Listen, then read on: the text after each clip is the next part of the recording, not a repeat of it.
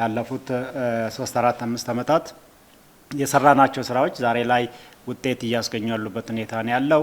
ከአመት አመት ምርትም እየጨመረ የምርት ጥራትም እየጨመረ የምናገኘው ውጭ ምንዛሪ ገብም እንዲሁ እየጨመረ ዛሬ 3 ቢሊዮን ወደ ማግኘት ደረጃ ላይ እቅዳቅደን እየሰራ ያለንበት ሁኔታዎች አሉ ማለት ነው።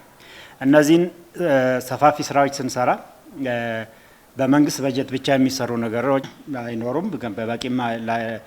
በቂ ላይሆኑ ስለሚችሉ የተለያዩ ፕሮጀክቶችን በመቅረጽ ሰፋፊ ስራዎች ስንሰራ ቆይተናል። ዛሬ የተለያዩ እንደ ተቋም ኢዩ ካፌ የሚባል በጣም ትልቁ 15 ሚሊዮን ዩሮ በአውሮፓ ህብረት የተሰጠን ትልቅ ፕሮጀክት አለ።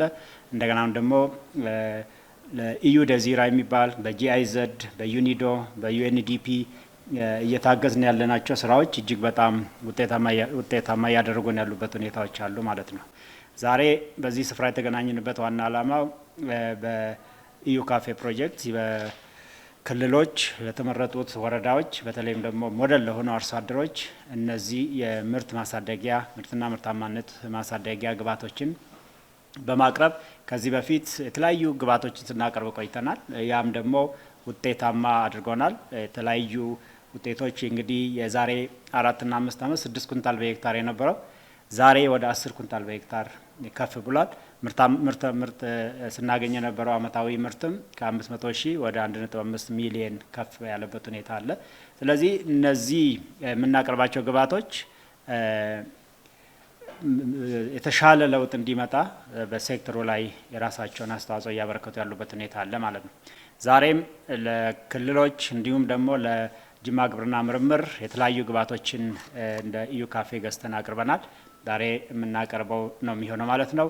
እነዚህ እዚህ ጋር የምታዩቸው የቡና መፈልፈያ ማሽኖች አሉ፣ ሞተራይዝድ የሆኑ እንደገናም ደግሞ ሃንድ ፐልፐርስ በአርሶ አደር ደረጃ ወይ ደግሞ በምርምር ደረጃ ምርጥ ዘር ለማዘጋጀት የሚያግዙ እንደገናም ደግሞ ምርትና ምርታማነት ጥራቱንም ከፍ ባለመልኩ ለማዘጋጀት የሚረዱን ፕላስቲክ የኬሻዎች አሉን። እንደገናም ደግሞ እዚህ የምታያቸው የፖሊባጎች አሉን። ይሄንን በ62 ሚሊዮን ብር ነው ዛሬ ላይ ብቻ የምናስረክበው ግብዓት በ62 ሚሊዮን ብር እና ከዛ በላይ የተገዙት ግብዓቶች ናቸው። ከዚህ በፊት እንግዲህ የተለያዩ ግብዓቶችን በ320 ሚሊዮን ገዝተን ተደራሽ አድርገናል። ይሄም የዛ የኢዩ ካፌ ፕሮጀክት አንዱ አካል ነው ማለት ነው። እነዚህም በማድረጋችን የተሻለ ስራ ፈርዘር መስራት የምንችልበት እድል በጣም ሰፊ ነው። እንደ ተቋም ይሄንን ስናደርግ ከክልሎች ጋር በጋራ ሰርተን አርሶ አደሮቻችን ህይወት ላይ ለውጥ ሲመጣ እጅግ በጣም ደስተኞች ነን። ለሌላው ፕሮጀክትና ለሌላ ስራ የሚያነሳሳን ነው የሚሆነው ማለት ነው። ምርትና ምርታማነት ከመጨመር በተጨማሪ የምርት ጥራት ላይ ለማስጠበቅ ላይ እንደገናም ደግሞ ለአርሶ አደር ምርጥ ዘር ተደራሽ ከማድረግ አኳያ አሁን የምናቀርባቸው እነዚህ ግብዓቶች የራሳቸውን ወሳኝ ሚና የሚጫወቱት ግብዓቶች ናቸው ማለት ነው። ኢትዮጵያ መርዳት ከፈለጋችሁ ኢትዮጵያ መርዳት የሚቻለው የቡናውን ሴክተር በመርዳት ነው። ምክንያቱም ከ25 ሚሊዮን በላይ የኢትዮጵያን ህዝብ ቀጥ አድርጎ የያዘ የሀገሪቷን ኢኮኖሚ ጀርባ አጥንት የሆነ ቡና ስለሆነ እዚህ ላይ በመተባበር በመተጋገዝ ኢትዮጵያን መለወጥና መቀየር እንችላለን የሚለው መልእክት ለማስተላለፍ ፈልጋለሁ።